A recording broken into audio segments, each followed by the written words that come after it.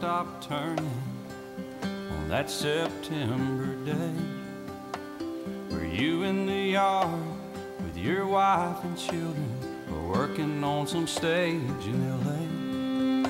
Did you stand there in shock at the sight of that black smoke rising against that blue sky? Did you shout out in anger and fear for your neighbor, or did you just sit down and cry? Did you weep for the children who lost their dear loved ones, pray for the ones who don't know? Did you rejoice for the people who walked from the rubble and sob for the ones left below?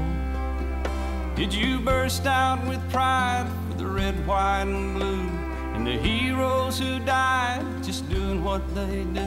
Did you look up to heaven for some kind of answer, and look at yourself and what really matters? I'm just a singer of simple